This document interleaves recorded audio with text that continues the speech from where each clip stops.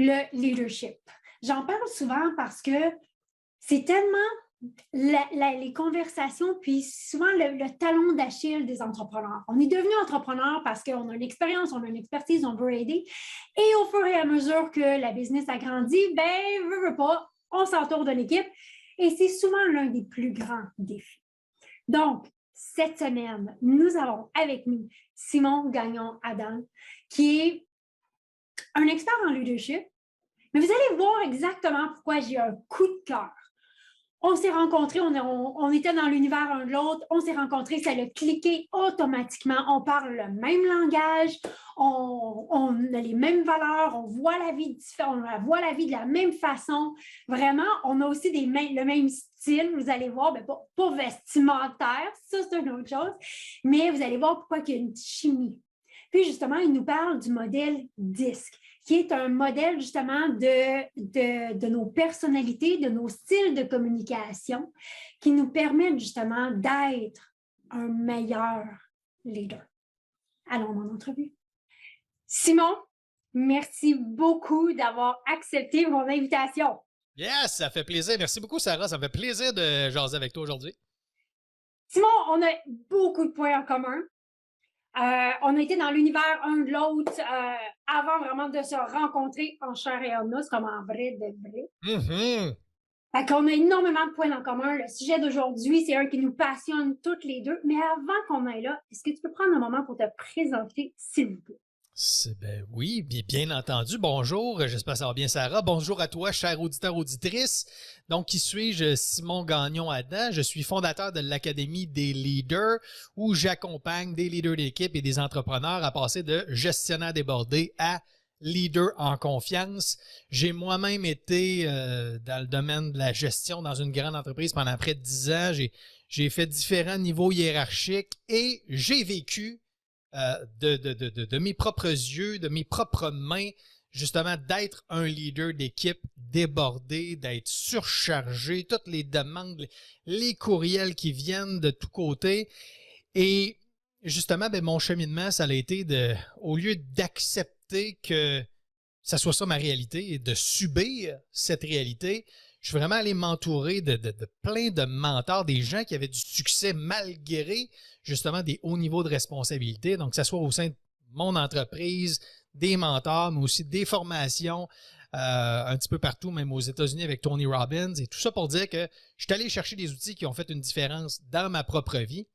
Et ensuite de ça, quand j'ai commencé à partager ces outils-là avec les membres de mon équipe, avec les leaders que je coachais, je voyais, qu'est-ce qui a marché pour moi? Ça aide vraiment les autres.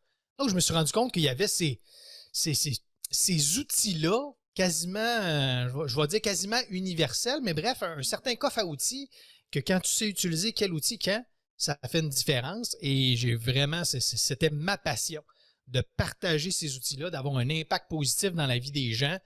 Et justement, quand COVID est arrivé il y a 2 ans, que toute la planète, tous les leaders du monde ont dû transférer en télétravail, puis tout le monde se demandait comment on fait pour leader à distance. Oui.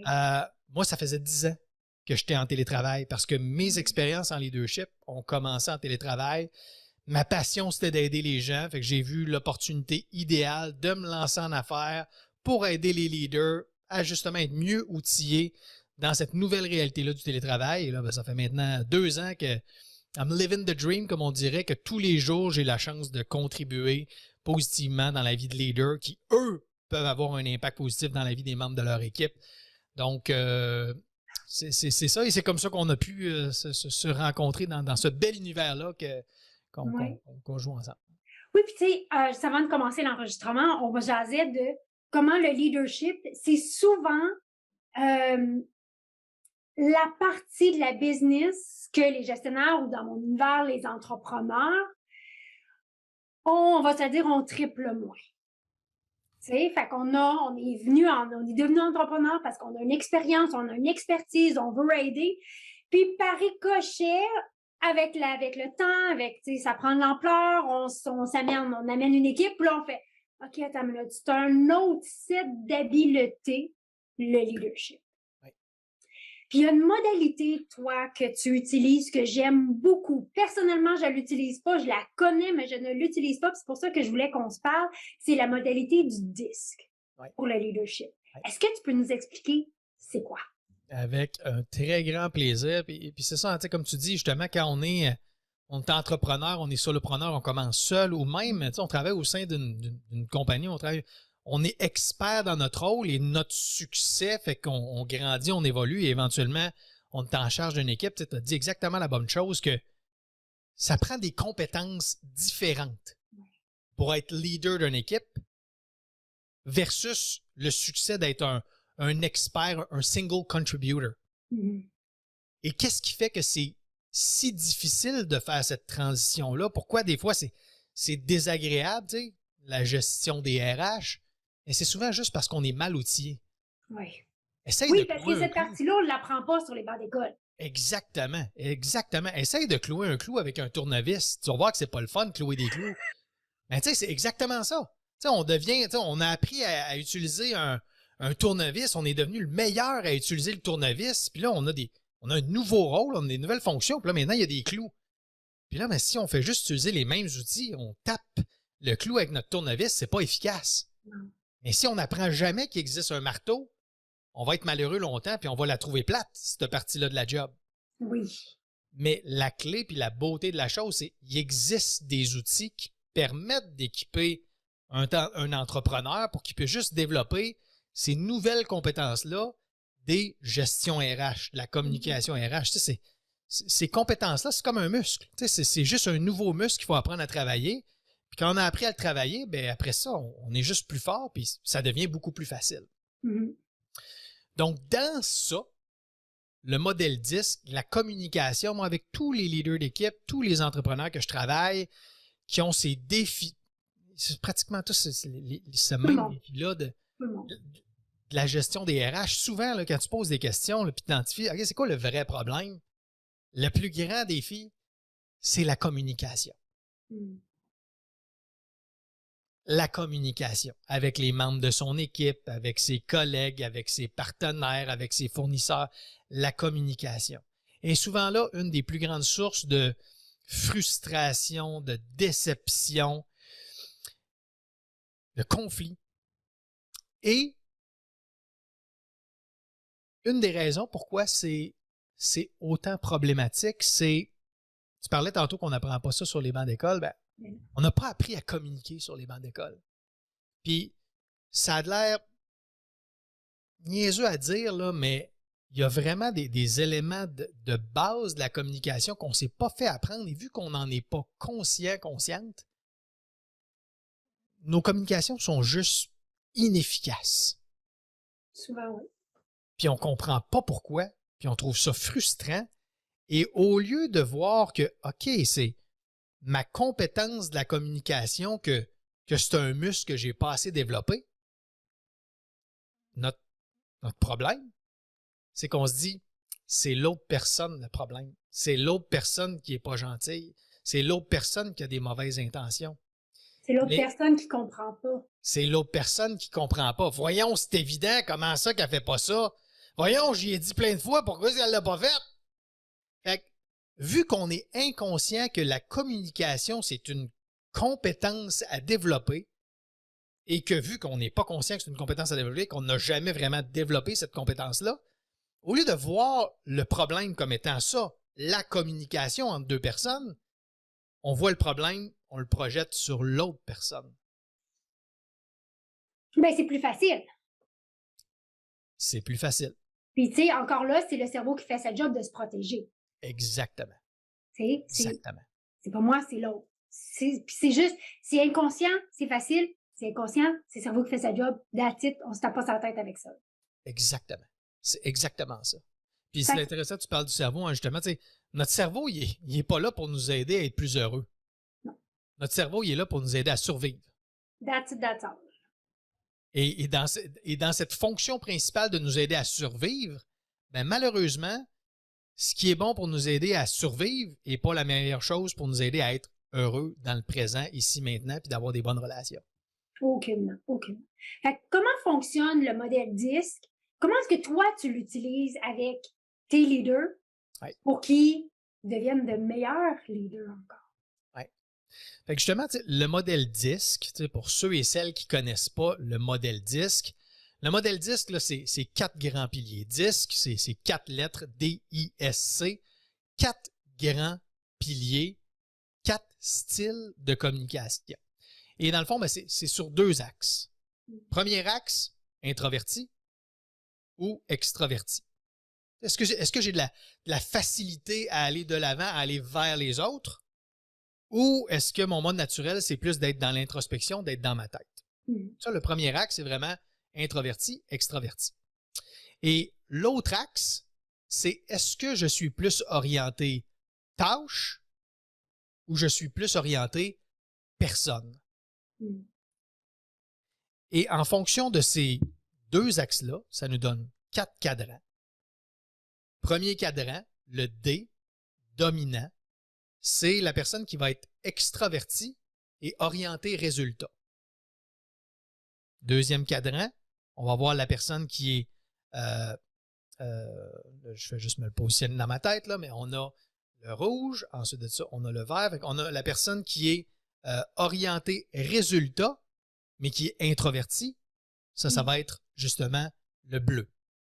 L'analytique, la personne, le style consciencieux.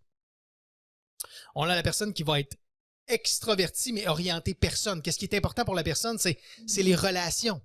Ça va être le I, le jaune, la personne qui est influente. Et on a la personne qui va être introvertie, mais orientée personne. Le style stable, ça, c'est la personne qui veut l'harmonie au sein du groupe. Peu importe, là, c'est ça la chose qui est la plus importante.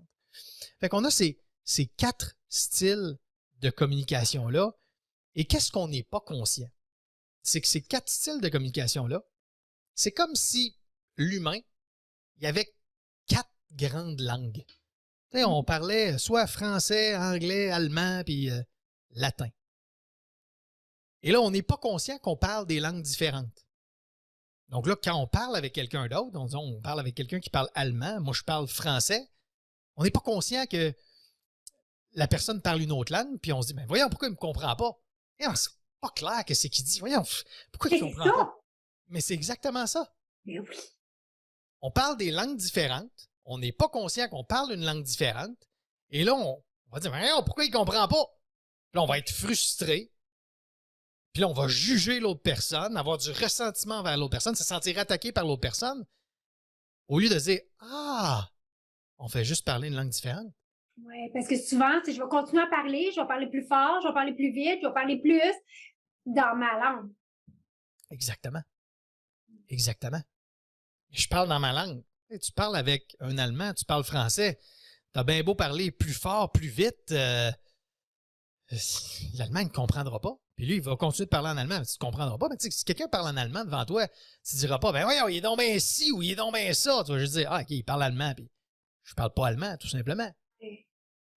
Donc, la première étape, puis là, je veux comme rentrer dans ta tête à toi. La première étape, toi, que tu fais avec les leaders, pour les amener justement à cette conscienciosité-là, c'est quoi? La première étape, c'est il n'y a aucun changement sans prise de conscience. La première chose, on commence par la prise de conscience. Ça prend la prise de conscience qui existe, ces 4 styles de communication-là, qui existent, ces différences-là, de pouvoir les comprendre, pouvoir les voir et l'impact qu'il y a. C'est pour ça que la première des choses, je vais justement leur présenter le modèle DISC, leur expliquer les différences entre les 4 styles de communication et leur faire réaliser que les styles opposés, tu sais, une personne qui est introvertie, orientée résultat, versus qui parle avec une personne extravertie, orientée personne, les styles opposés sont tellement différents que par définition, ça fait plus de flamèches ou ça fait plus de conflits par défaut. Avec un D avec un C, puis un I avec un S, c'est là où il y aurait le plus de flamèches. Donc, première chose, puis là ça va prendre un mec plus visuel là, si vous essayez de mettre dans votre tête, OK, ils sont où le D? Bon, Fait que ça ici, là, c'est le modèle. Fait que le D, fait que les opposés, c'est quoi? Dominant, donc un extraverti orienté résultat, orienté tâche, envers un stable, la personne introvertie, orientée personne, la personne qui veut l'harmonie au sein du groupe. Fait que souvent, ces deux extrêmes-là, il va y avoir plus de conflits. On va les stéréotyper. Le dominant, mais ça peut justement être un entrepreneur qui est très directif, boum, boum, boum, qui est d'action, qui va communiquer de manière très rapide, brève, un courriel, j'ai besoin que tu me fasses ça, et qui communique avec justement une personne stable, une personne que l'harmonie au sein du groupe est le plus important, la culture d'équipe est importante, reçoit un courriel du dominant, il y a juste une phrase, pas de salut, pas de merci, et là la personne se dit « Voyons, elle est donc bien bête, elle me prend-tu pour son esclave? » Ça, je l'entends, des versions de ça, des équipes de mes clients, ça, je l'entends souvent. C'est pas pour mal faire. C'est juste une façon de communiquer qui est différente. Quand tu vois la personne que ce n'est pas un monstre, ce n'est pas un D, c'est pas pour dictateur, c'est une personne, le style dominant, le style directif, c'est un style de communication et dans ce style de communication-là, les personnes dominantes ont des grandes forces, ils sont capables de prendre des décisions rapidement, sont capables de se revirer sur un dixaine, ils communiquent, très orientés résultats, orientés buts, fait que leurs communications sont très succinctes. Oui. Mais dans cette façon de penser-là, dans cette façon de communiquer-là, ben, un stable, un vert, que l'harmonie est importante, la relation, comment ça va, qu'on jase, qu'on prend un petit café. Le stable, lui, il communique pas de cette manière-là. Il va prendre le temps, hey, salut, comment ça va? Son courriel va être plus long. Hey, merci, j'apprécie vraiment. Tout va donner de la reconnaissance. Parce que le vert, son besoin, c'est l'acceptation, c'est l'harmonie. Et le dominant, son besoin, c'est les résultats et l'accomplissement. On fait juste parler une langue différente. Mais vu qu'on voit pas qu'on parle des langues différentes, là, on se dit, ben voyons, il me prend pour un esclave, c'est un dictateur, c'est un ci, un ça. Fait que c'est pour ça que souvent, les styles rouges, les styles directifs vont souvent être à la tête d'une entreprise. Parce qu'ils sont très d'action, ils n'ont pas peur de prendre des risques et c'est des qualités, des compétences qui sont souvent nécessaires pour avoir du succès en entrepreneuriat. Mais le défi en relation humaine, c'est les gens qui ne sont pas conscients qu'il y a des styles de communication, qui ont des communications directes, et qui eux-mêmes sont le style de communication opposé, le prennent comme des attaques personnelles. Et à cause de ça, la relation s'effrite, la distance entre les personnes s'élargit, éventuellement une personne quitte. La source du problème, on fait juste pas être conscient qu'on parle des langues différentes. Tellement, puis tu sais, à l'inverse, le leader, le dirigeant, le dominant, lui, il va, tu sais, quand le verre va arriver, il va faire « Oh my gosh, ça va être long, là. » Exactement. Fait que, première étape, la conscience de soi, de comprendre « Je suis où, moi, dans ce modèle-là? » Exactement. S'il y avait une deuxième étape, ce serait quoi? Fait que la première étape, c'est vraiment de comprendre, OK, il y a 4 styles et moi, je suis où? Fait que moi ce que je fais, moi, j'utilise les tests de la compagnie Profil4, profil4.com. J'adore ça, les tests sont super simples. Tu as même la possibilité d'avoir accès à un test gratuit que tu peux faire pour toi ou que tu peux même partager avec ton équipe. Fait que bref, moi, je fais faire le profil complet, mais juste ça en premier, vraiment la première étape pour que le leader, l'entrepreneur, puisse prendre conscience. OK, moi, je suis un dominant. OK, il y a des mots pour décrire mes compétences. Je suis vraiment de même. OK, je suis pas une bébite tout seul à part. Moi, OK, c'est comme c'est documenté, là, ça, là, c'est normal, tu sais.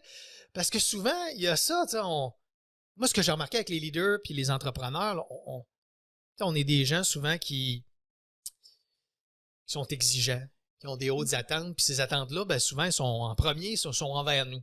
On est très dur avec soi-même, tu sais. Mais moi, j'aime ça appeler ça des standards. Ouais.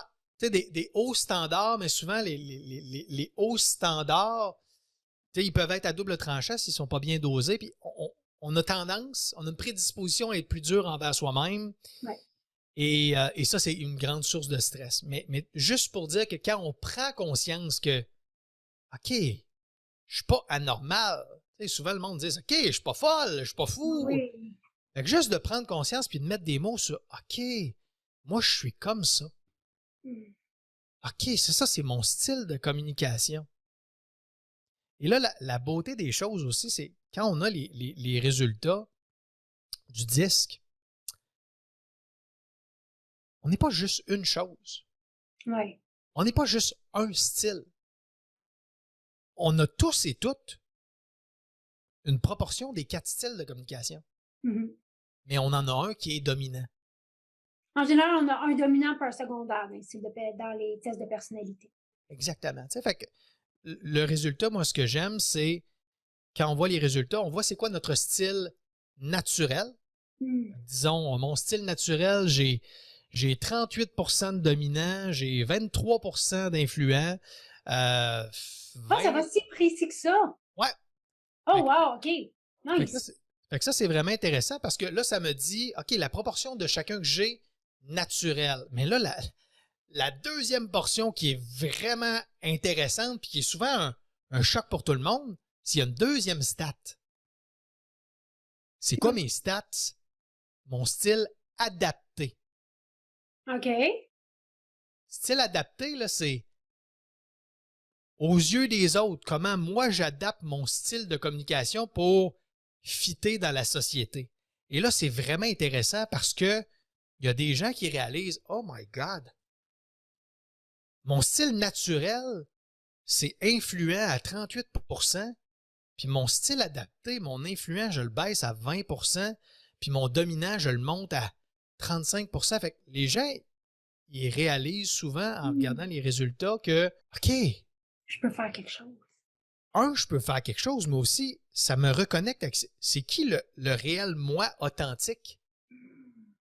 Et c'est qui ou c'est quoi la façade que je mets ou que je mets plus d'emphase pour fitter dans la société ou pour fitter dans le rôle que j'ai. Et juste d'être en mesure de pouvoir voir un versus l'autre, ça permet toute qu'une prise de conscience. Oui. De reconnecter avec l'authentique soi. Puis je me rappelle, tu sais, d'une de mes académiciennes, justement, qu'elle avait réalisé ça, puis après son test, elle avait dit « Oh mon Dieu, je viens de réaliser là, que dans le fond, c'est vrai qu'à la base, je suis vraiment une influente. Tu sais, je suis vraiment quelqu'un d'extraverti, de positif, tu sais. Puis dans mon rôle de leader, c'est comme si je me permettais pas d'être ça. Je pensais que j'avais pas le droit d'être ça. Fait que j'ai comme étouffé ça. J'étais pas mal plus directive parce que je pensais que c'est ça qui était attendu de moi. Parce Et que là, c'est souvent l'image aussi qu'on a du leader. et voilà. C'est C'est ça là. l'image, c'est ça l'attente, le stéréotype du passé de c'est ça qu'il faut être pour être un bon leader. Hmm. Mais moi, ce que j'ai découvert, pour être un bon leader, faut pas être un stéréotype, une façon X ou Y. Quant à moi, pour être un bon leader, pour être la meilleure version du leader qui est en nous, c'est juste d'être la version la plus authentique Oui. de soi. Tu sais, moi j'ai eu la chance de travailler avec plein de leaders. C'est comme, quant à moi, ma mentor, c'était une rouge, dominant. Un de mes patrons qui était que j'ai eu le plus d'admiration, c'était un bleu, un consciencieux. C'est comme, il n'y a pas un style qui est meilleur qu'un autre. Chacun des styles de communication a ses forces et ses faiblesses. Fait que peu importe c'est quoi ton style dominant, la clé du succès, la clé pour être un leader influent, influente, c'est juste d'être le plus toi possible. D'accepter que tu as des forces et des faiblesses. Et si tu t'acceptes ça pour toi, tu vas permettre aux autres autour de toi d'accepter qui ils sont pour vrai, dans leurs forces et leurs faiblesses. Et c'est comme ça qu'on peut être complémentaires. Puis c'est là qu'on crée une réelle magie d'équipe. Puis j'aime ça, comment il y a les deux stades des statistiques, dire t'es comme ça, mais fondamentalement, t'es comme ça. Exact. Puis ça, c'est particulier, c'est très particulier du disque. Oui. Parce que habituellement, c'est voilà qui tu es. Oui. Mais comprenant qu'il y a une image sociétale de c'est quoi un bon leader, c'est quoi une bonne leader. Oui. tout le monde devrait avoir l'air de Steve Jobs. Non, pas tout, c'est pas nécessaire, tu sais. Puis dire, OK, mais si je vais chercher moi, au fond de moi, ma version authentique, elle est comme ça.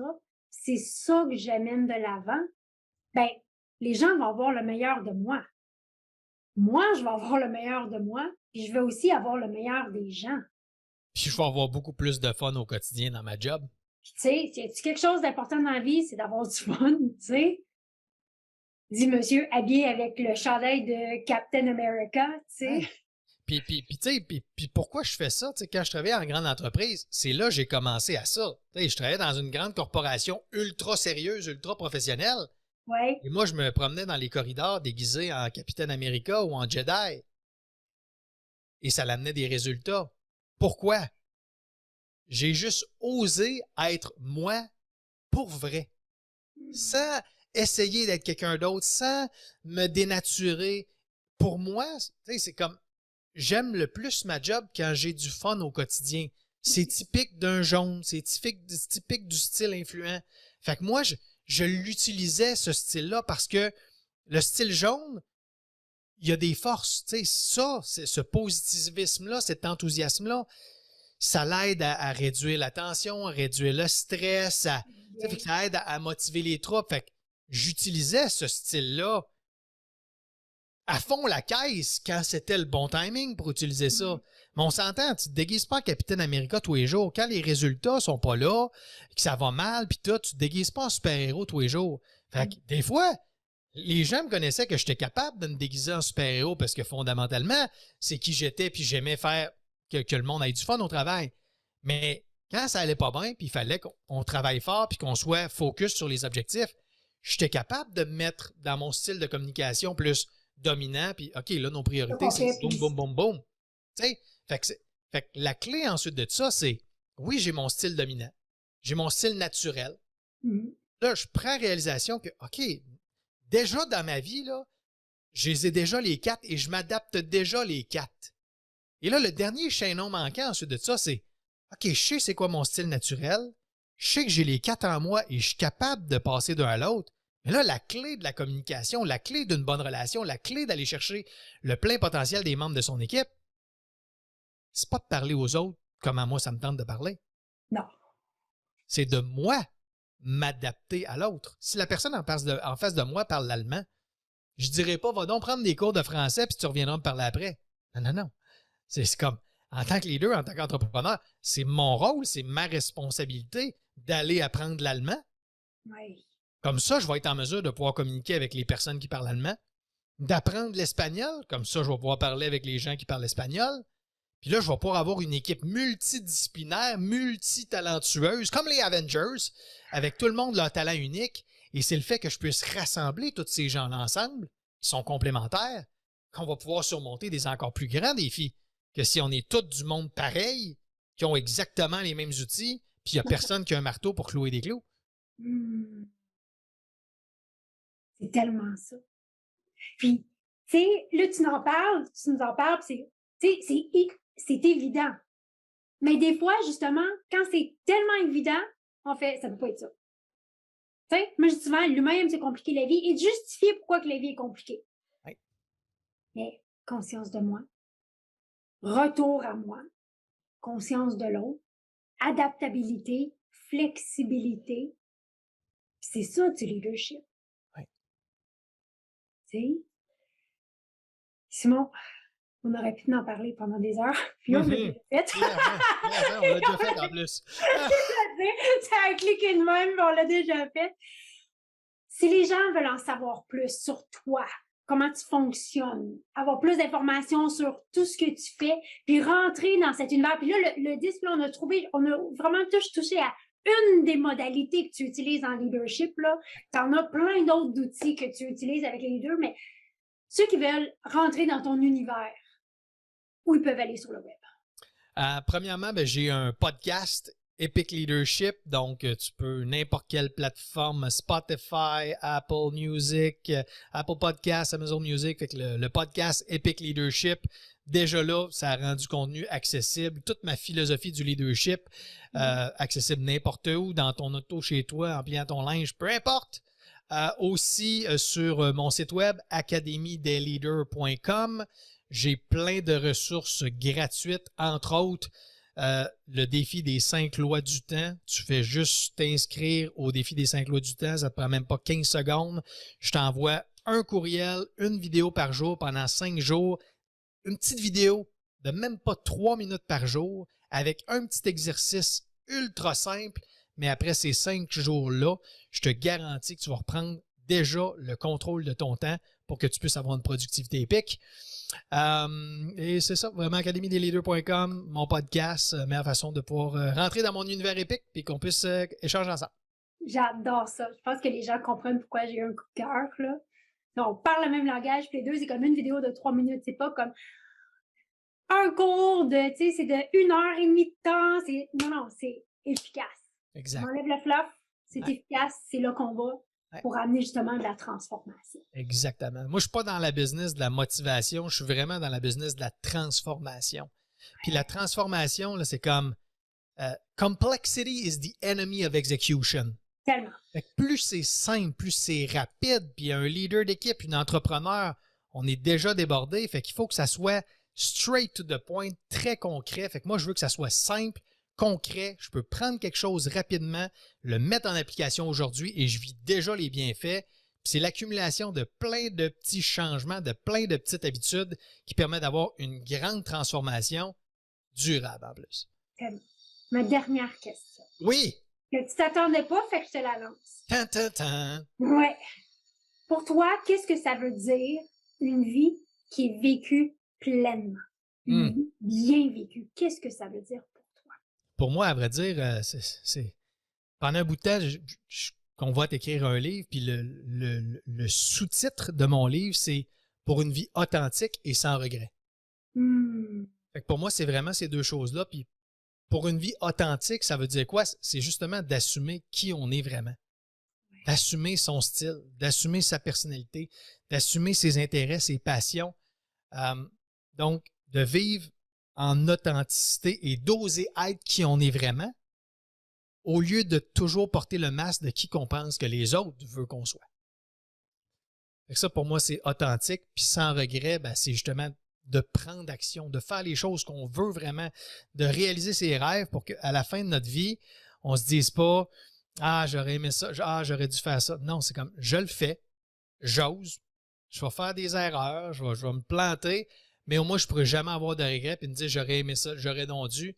Je l'ai fait, j'ai appris, puis comme dirait mon ami Nelson Mandela, je ne perds jamais, soit je gagne, soit j'apprends. Merci énormément. Merci Sarah, ça me fait plaisir. J'espère que vous avez aimé. Moi, je l'ai fait le 10 quand je suis rentrée il y a environ 10-12 années. Puis là, à la fin, je continue à parler avec Simon parce que c'est ça que je fais tout le temps. Puis là, je pense que je suis due pour refaire le disque. J'aime les deux aspects de, justement, qui tu es puis qui tu es de manière authentique pour être capable d'aller chercher vraiment le meilleur de soi. Tu sais, moi, je dis souvent, quand on s'autorise, on autorise. Fait que si moi, je m'autorise à être moi, authentique, puis d'être la meilleure version de moi, qui va faire de moi une meilleure leader, mais je permets aussi les gens dans mon équipe à être eux. Si vous avez mis à la capsule l'entrevue aujourd'hui, donnez-lui un petit thumbs up. Rentrez dans l'univers de Simon. Écoutez son podcast, il est super bon.